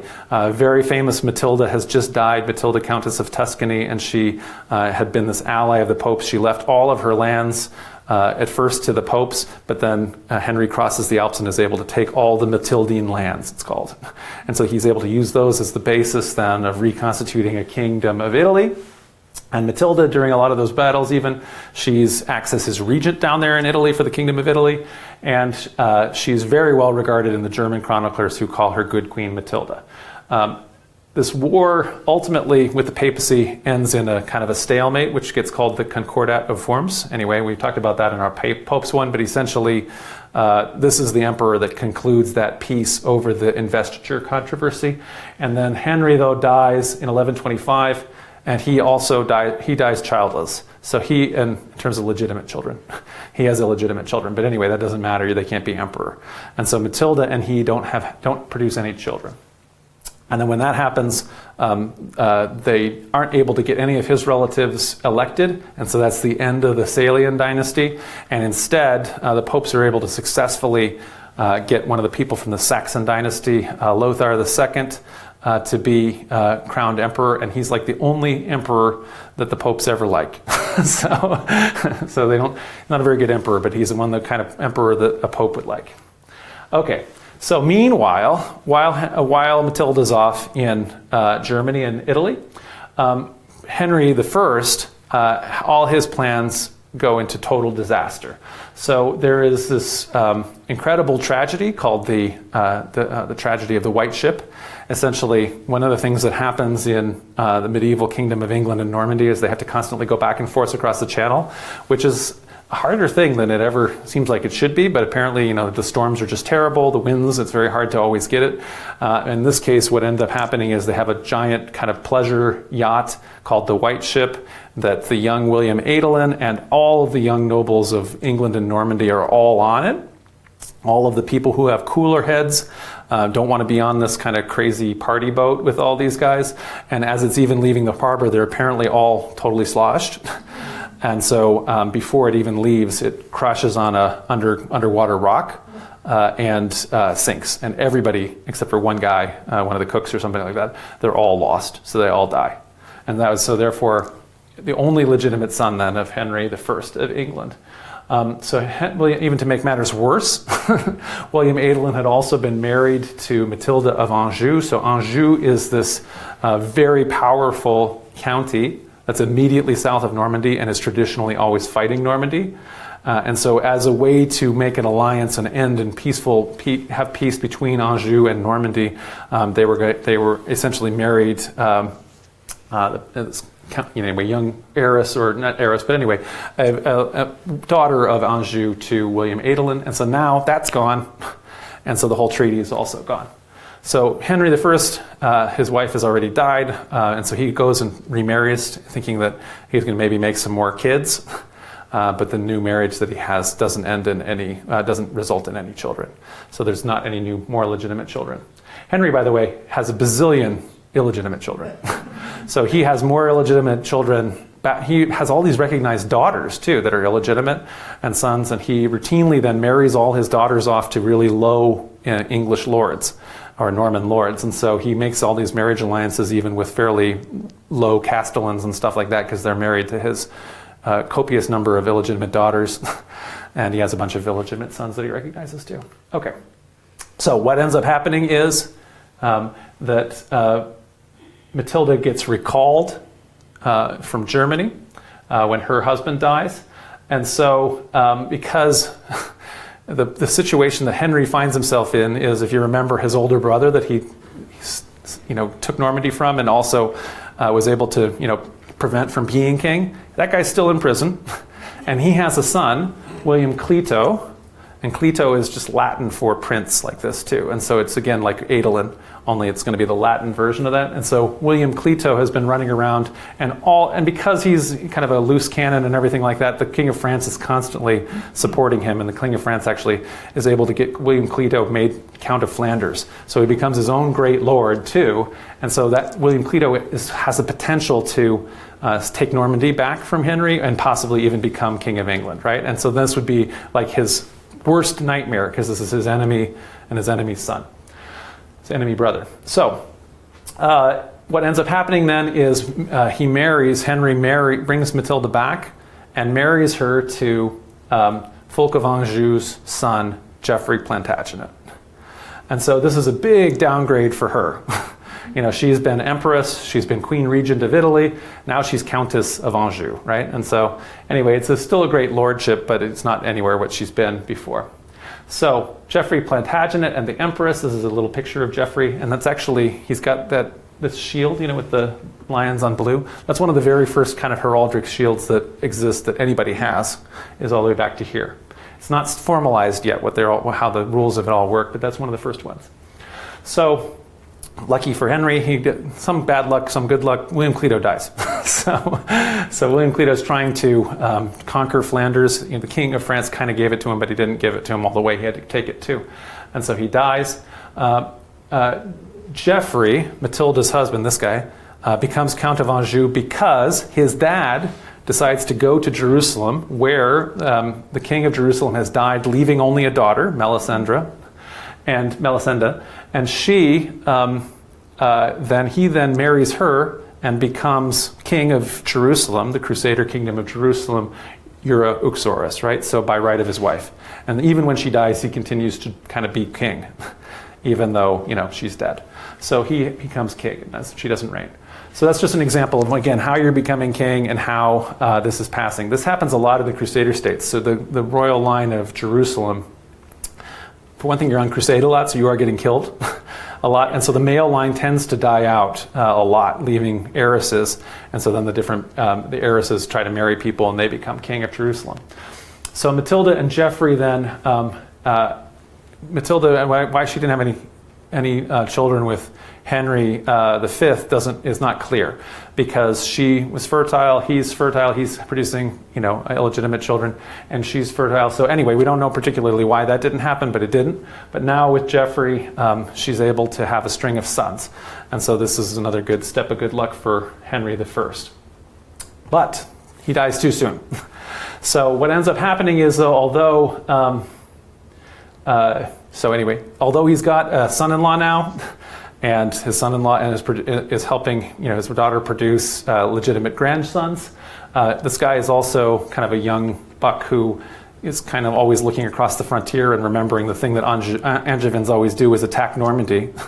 And he can't kind of be stopped from doing that, and so he keeps doing that. And so what Geoffrey and Matilda are kind of always saying is they want in Henry's lifetime to be declared Duke of Normandy, so that the transition will happen, without a turmoil. But Henry is too cagey for that because he's afraid that they're just going to take it from him, right? And he possibly has a good thought on that. So anyway, nevertheless, he has as his will that his daughter is going to succeed him in her own right, and he gets all of the bishops and the counts and nobles and everybody in England to swear to that effect, that they'll uphold her rights. So then he dies in Normandy in 1135, while he's kind of busily fighting a rebellion that his daughter and her husband are kind of fomenting. And so that's where they kind of are at his death. And so that's kind of where we're leaving it. So we saw them over here, that's Matilda, right? And she's married then to Geoffrey. So there's all these other, though, people in the family. So William Clito is dead, but there's this other nephew here. So Henry's sister has had these 3 sons. And the oldest of those, Tybalt, Count of Blois, is the leader of one of these other very, very powerful counties. Specifically, it's the one that's next to Anjou. It's between Anjou, France, and Normandy. And he also is on the other side of France too, the Ile-de-France, because he also owns Champagne.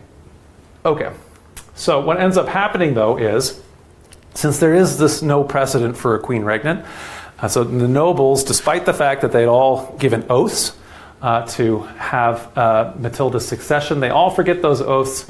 And they all are thinking, we should really get Tybalt of Blois over here. And they want to invite him, the Count of Blois, to come over and be King of England and Duke of Normandy. However, what ends up happening is Tybalt's younger brother, Stephen, who gets on the boat, quickly crosses to England.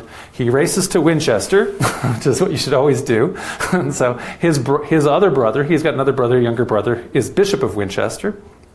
The guy opens up the treasury, gives the treasury to Stephen, and the two of them essentially conspire together. They go to Westminster. There's kind of an acclamation that isn't universal, but they get enough acclamation that Stephen's able to get quickly crowned.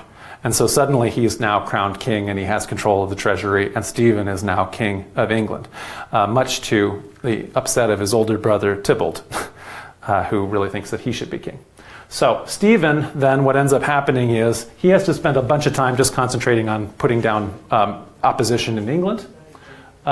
Meanwhile, Matilda has very little recourse at this point. Stephen's been crowned. He's got the treasury. She's kind of in Anjou on the other side of a rebel line, right? And so what she ends up doing is part of her dowry castles are here along the border. So already she and Geoffrey have conquered Maine. Here's Blois. Remember Blois Champagne I was mentioning? That's on either side of what the King of France owns, which is just this little area here.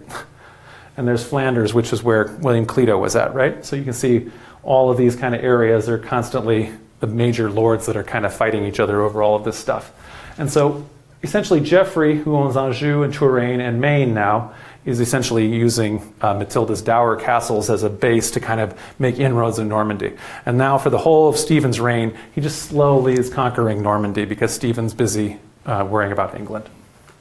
Okay, so what ends up happening is, I mentioned that Matilda has all of these illegitimate siblings, right? So Henry had all these illegitimate sons and daughters, and so most of them are actually kind of pro-Matilda because that's all part of the family as opposed to this nephew, right, Stephen. And so the most important of them, Robert of Gloucester, who is Earl of Gloucester, which is like over here in charge of the Welsh marches. He has an open rebellion as of 1138, and that kind of signals a general rebellion. At a certain point, Matilda is able to relocate here and kind of be operating a general rebellion against Stephen, who has this kind of red zone. So the capital and Winchester, But then, essentially, Matilda's relative here, her cousin, who's the King of Scotland, he runs across the normal Scottish border and takes a lot of the north. And then this other great lord here, Ranulph of Chester, and some of these other great lords are also kind of having their own independent rebellion, which they're sort of on her side, but they're kind of just taking advantage of the whole situation. So essentially, Stephen still has the advantage here, but he's in now, there's this period that's an anarchy. So what ends up happening, though, and I've lost a slide. Well, anyway, what ends up happening is that there's a battle that Stephen ends up getting caught in the battle, and so one of the things that always happens in medieval battles, if you try not to kill the other people because you want to hold them for ransom and things like that. So Stephen gets captured, and then with Stephen in her power, essentially, Matilda becomes de facto ruler of England. Even Stephen's brother, the Bishop of Winchester, switches sides, and so it looks very, very sad for Stephen. The only people that are really holding out are his wife, who's also named Matilda. Everybody is named Matilda. So Queen Matilda, who is Stephen's wife anyway, she's kind of still running the Stephen forces. Matilda assumes the title Lady of the English in preparation for a coronation. She'd like to have a rapid coronation and just immediately be crowned, but the Archbishop of Canterbury wants to do an investigation first and think about it and think of what legal reasons they have for renouncing the fealty that they've already done to Stephen. And so Stephen has kind of agreed in principle, he's a prisoner, he's agreed in principle that he'll abdicate, but it hasn't happened quite yet. And so then what ends up happening is that Matilda then goes to Westminster, which is one of these places, you have to go there now for the crown wearing and everything like that. But when she gets there, she's completely misread the mood of the people in London.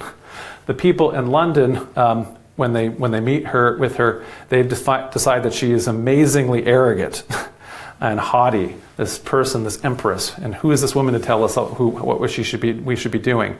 So they attack kind of her court, which is not sufficiently defended against the entire militia of London. So in other words, she has troops, but not enough to defend against that. So she has to more or less leave even like the banquet and all of their stuff. And the Londoners come and plunder everything in the palace, and she pretty much just has to escape. Did you say it was a militia in London that attacked them? Yeah, so it's like the local... Wasn't the people?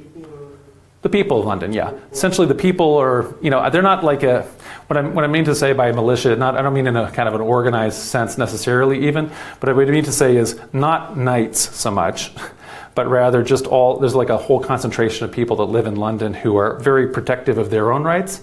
They wanted Matilda to grant them all kinds of goodies and to write them charters and to tell them that they could do everything that they wanted. Instead, she rebukes them by giving some very important nobles who, let's say, for example, are the Castellan of the Tower of London and stuff like that. They want to be able to control the Tower of London themselves. The Londoners don't want to have like a knight have a castle right in London that they can use to attack the people, right? The people always want to be in charge of their own castle. Anyway, so she doesn't do that because she wants to have the support of the knight. Anyway, so that ends up happening.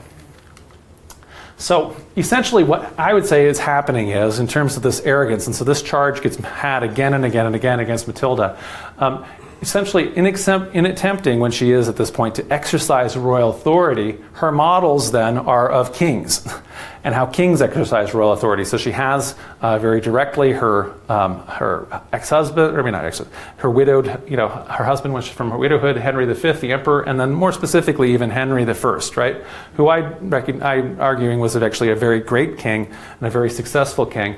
But like him and her son, Henry II, and actually Plantagenets kind of then on, and down to Henry VIII, even the Tudors too, they're very famous for temperers and getting really angry and screaming at people and scaring nobles to death and all this kind of thing. But the noblemen here, in this case, are completely unwilling to accept that same behavior from a woman, right? So they don't have a model where they're seeing a woman as exercising that kind of sovereign power over men. And so they took horrible offense at all of that. And so they denounce her as arrogant. So what ends up happening then is very rapidly all of her power base kind of evaporates. So Stephen's brother, the Bishop of Winchester, switch sides again. When that happens, she and her troops, led by her, again, half-brother, Richard of Gloucester, they attack Winchester, and they're routed. And so they lose to Queen Matilda, Stephen's wife, and his brother, and all those kind of people. When that happens, Robert of Gloucester then gets captured. Matilda successfully escapes. She's really good at that. And so she heroically kind of escapes. But what ends up happening at this point is that at a certain point they have to trade Stephen and Robert of Gloucester, right? And so then they don't have Stephen anymore. And so at that point, it's just a stalemate, and they can't get past the castles that they each own. So Stephen never has the kind of wealth that an uncontested king of England would have, but Matilda is never able to get beyond being essentially like a great earl in terms of power. Meanwhile, what ends up happening then on the continent, Geoffrey of Anjou, her husband, largely conquers Normandy. Matilda ultimately relocates there and more or less becomes the reigning Duchess of Normandy. What happens, though, is that her son starts to grow up. So Henry starts to grow up and becomes taking a leading role. He's often called Henry Fitz-Empress, and he would use that title. So she continued to use this title of the Empress the whole time, and so people knew her that way. Henry Fitz-Empress, son of the Empress. When he's 17, he's recognized by the King of France even as the Duke of Normandy. Then, completely unexpectedly, his dad, who's really quite a young guy, Geoffrey Plantagenet, dies, and so then he inherits Anjou and Maine. And then, the next year, King Louis, who's finally successfully divorced Eleanor of Aquitaine, the richest heiress in the continent, so she's in charge of Poitou, Aquitaine, Gascony, and she claims Touraine. But anyway, they aren't able to get Touraine ever. But anyway, so they're, not Touraine, Toulouse. Anyway, so Eleanor of Aquitaine marries Henry, and so then suddenly we have this situation where all of this area in the original zone here of the red is Henry, what he's getting from his dad and his mom, right? So Anjou, Maine, Normandy, England, and then he also has this whole area from his wife down in Aquitaine, and then claims over the whole Celtic fringe in Ireland, right? So Stephen unsuccessfully attempts to have his son Eustace crowned King of England in his lifetime, so nobody's having that. The bishops won't do it, and the nobles don't want that to happen. Eustace apparently was a real bastard. A real nasty guy. So people didn't like Eustace, is what people understand. So Eustace also people are also seeing the writing on the wall, right? So they also have, all of the Norman barons of England have estates in Normandy. And the last thing they ever want to do is piss off the Duchess of Normandy or the Duke of Normandy, because then they might lose all their estates in Normandy, right? And vice versa. So they all are trying to kind of get out of it and having a war. What ends up then happening is then Eustace dies in 1153. And so Stephen passes over his next son that he has. He gives him his wife's county of Boulogne and instead agrees to have Henry be his heir. So then Henry is his heir in exchange for peace, and he dies the next year. And so then that's the end. And Henry II then is able to, having inherited or married by marriage, captured all of most of France, is then crowned King of England. So what happens with Matilda during her son's reign? She continues to live in Normandy, and because he has such far-flung realms and he's all over the place, she's often acting there as regent of Normandy. She also is continuously giving him counsel, so he very much respects her counsel, although he doesn't always follow it. So, for example, she counsels him against appointing his friend and Chancellor Thomas Becket to be Archbishop of Canterbury. And she was quite right, in that kind of advice. Becket, when he kind of then went insane or whatever. Anyway, got totally independent, was able to have a major fight against Henry as head of the church. That people came to her to try to broker peace between Becket and Henry because, again, her counsel was very well regarded by both Henry and actually the church. She had a reputation for being a major supporter of the church.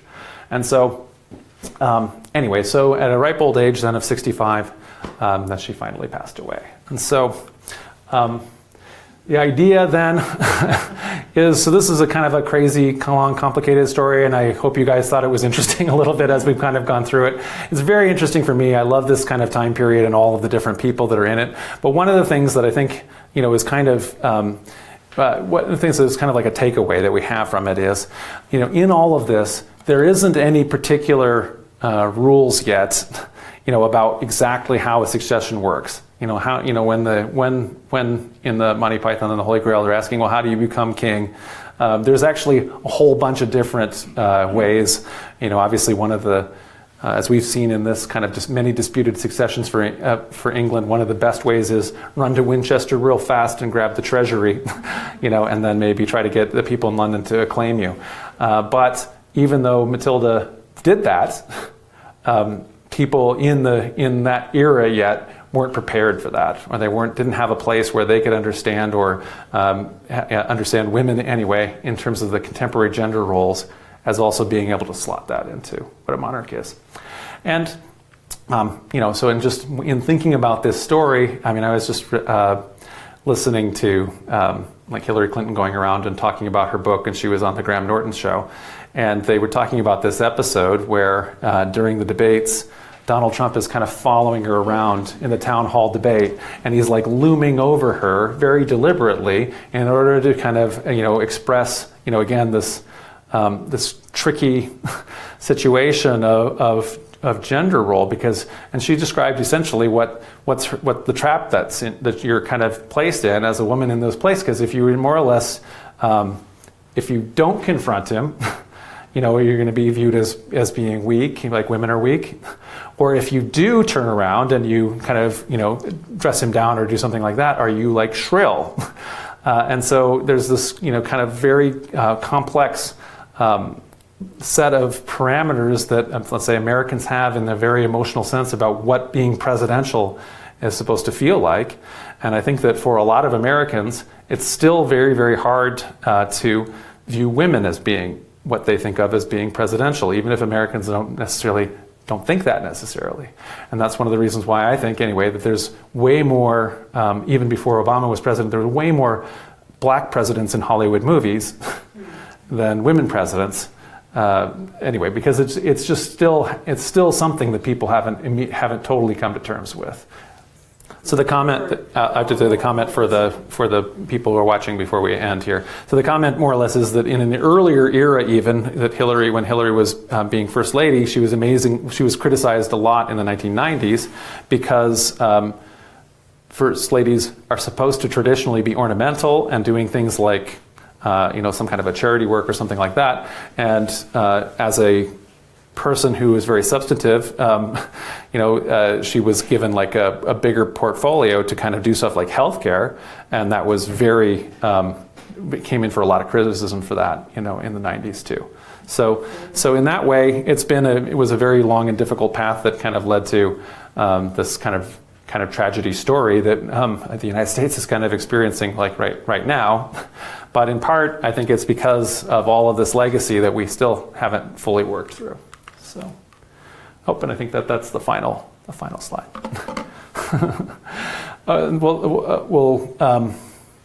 So just to tell everybody who's watching this, kind of concluding the lecture part, sometimes we get back to a title slide, but we don't actually have one. So we're going to go on to question and answering, and we don't have the microphone for that, so I'll repeat the questions for people who are watching. But anyway, so go ahead. The first title that I first gave it, The Failure of England's First Reigning Queen. So it's not her failure. What I wanted to say is it's a failure, a general failure, and that's why I had trouble with even coming up with the title. So I don't really think of this as being. I don't really think Matilda was at fault very much personally. I think that she emerged in a place that was, where she had to do the different things that she had to do, and there was no good options often for her. And given like all of the various disadvantages she had, she made actually in general lots and lots of wise moves, and only a couple moves that you can afterwards say, well, that one really didn't work out for her. Pissing off the people of London was one of them. Pissing off the people of London, for example. Another one was she ended up pissing off Henry of Winchester, this brother that had switched sides, because she had more or less made the deal with him, if you back me to be Queen Regnant, I'll pretty much let you have control over all church stuff. And so then what ended up happening is her cousin, who's the King of Scotland, came down, and was occupying the north, and he decided to appoint a Bishop of Durham And so he wanted to have control. Bishop of Durham is really important, the wealthiest northern lord almost in that whole area. And so he wanted to intrude on the bishopric of Durham, somebody who was completely unqualified, essentially a secular lord who's going to be loyal to him. And she backed him for that, which then made Henry very angry, because he was actually, in addition to being kind of a power-grabby, unscrupulous guy, Henry of Blois, the Bishop of Winchester, he was nevertheless a very committed reformer. So he didn't want secular powers to place unworthy bishops on episcopal thrones. He wanted to have reformed bishops in there. And so when she backed that, she also lost him. And so those are two kind of serious mistakes. But in general, Stephen made so many more mistakes all the time. I mean, he was just a mistake maker. He was like a gaffe machine. He was a real bad speaker. He would make a big speech to get everybody excited for war, and they were like, leave. So given yeah, he would be indecisive. And so Stephen, given the fact that between the two candidates in the Civil War here, Stephen did way worse in terms of his decision-making and his capacities than Matilda, right? And yet, through most of it, he was pretty well on top, just because of just the advantages that he had in the role. So the question is, so in Matilda's own case, in some ways, when she was ruling as regent in the rights of her husband, the emperor, in places like Italy, she apparently was very much better regarded than when she was attempting to rule in her own right in England. She knew the places. I don't know if it can be argued that she knew Italy better than England, although she left England when she was quite young. So the reality is that she got betrothed very young, like 9 or something like that, and carted off to Germany fairly early, married when she's like 12. And so she spent a whole bunch of time away from England, in continental Europe. And what I would say is that in terms of was there more precedent for it, so the area that she was ruling from in Tuscany, in Italy, was really called the Matildian lands, because it had just had this whole long period of time where it was ruled by kind of a countess regnant, the Countess Matilda, who had been kind of the final heiress there. And so there were lots of other, there's lots of other precedents for female rule, but they're dealt with a bunch of different ways, differently in different places, right? And so we mentioned, like, for example, in Jerusalem, essentially the women inherited, but they didn't tend to rule, right? And so there would be different times when it would be completely, another example that's going to happen very frequently is the husband will die, and there'll be a son, and the queen will be more or less regent and rule for the 18, 20 years of the son's minority and things like that. And that'll happen with one of Eleanor and Aquitaine's kids daughters in Sicily, for example. So what ends up happening is that they'll be able to rule there. It's still problematic, even when that's happening, because you'll still have this problem where if the queen remarries, then she'll have been marrying either a foreign king or a noble who's part of the factions, and so then she can't rise above that faction. And so that happens just a bunch of different times. So. Oh. Okay, so we found a watch. So did somebody drop? Okay, it's yours. Okay, very good. I'll give it to you. Yeah, very good. Yes. Do you think that there's any way in England when Queen Elizabeth died? Her mother died when she was 101, I think. So yes. She could still live for another 10 years. But right. is there any way that the crown could go to William? So the question is for me to speculate on whether there's any way we can get out of having King Charles III. so Elizabeth keeps on ticking. Like you say, her mother lived crazy old age, and there's no particular reason why she has to die anytime soon. Meanwhile, men die younger. Charles doesn't seem like he's in any, like on death's door or anything, though. So the most likely scenario is that he's going to outlive her, and that I think he almost certainly will be king for a certain amount of time. Because because I don't think that it is very easy to skip him. And he'll be so old that maybe people won't be as worried about it because they'll know that he's going to die fairly soon. I don't know. I always, yeah, so he maybe won't talk as much, and he'll just be kind of a nice old man that he'll just wave at and that kind of thing. So he won't be able to have spent a very much time being king himself. But I doubt he'll go quietly. I don't think he's been sitting there in his mother's shadow this entire time just so that he can say, "Oh yeah, just skip me because I know I'm not popular." No, I think he'll want to be king, and then he'll die, and then William will be king. What I always suggest is that, and I don't know, it's not, in some ways it can't be a serious suggestion, but on the other hand, Canada is a kingdom. We have the Queen on the money. There is something to, we're not getting rid of that anytime soon, apparently. There's no particular reason to, and I think that in that same way, there are some problems with the presidential system that having a constitutional monarch kind of solves. In a way that so in so many other places, like in Israel or in Germany or something like that, they have a head of state who's the chancellor or the prime minister, and then there's a head of head of government who's the chancellor or the prime minister, and then there's a head of state who's generally, let's say, the president of Germany. You have no idea who the president of Germany is because the job is very, very ceremonial, like our governor general, and so often we don't know who the governor general is either. But everybody knows who the Queen of England is, and there's a lot of tourist value you get out of it. So I do think that we would get a lot of value, as Canadians, if we invited Prince Harry and his wife over and set them up as King and Queen of Canada. And if you can imagine, when the King and Queen of Canada go to the Oscars or the Super Bowl or something like that, all the Americans are going to be like, "Oh, the King of Canada!" And so, anyway, so that's a suggestion. He said nobody wants to be king in the family. Harry said that? Harry said that. He said, Well, I bet he would want to be King of Canada. I don't know. No, okay. Anyway, so we'll continue the discussion. Oh, you want one last? One last thing. Okay. So Henry II's famous children, perhaps we Yes. can sort of rhyme them off just to conclude. Yes, yeah. So we get to Henry II. Someday we're going to do, I haven't come up with exactly what's the theme to do it for, but someday I've been wanting to have a lecture on Eleanor of Aquitaine, right? Oh, yeah. So I love Eleanor of Aquitaine. She's one of my favorite historical figures, and her husband, Henry II, is my favorite monarch in the British history, right? So I love the guy, and he also just has an amazing run that really founds almost a lot of these institutions that we still have to this day, including almost getting common law going even.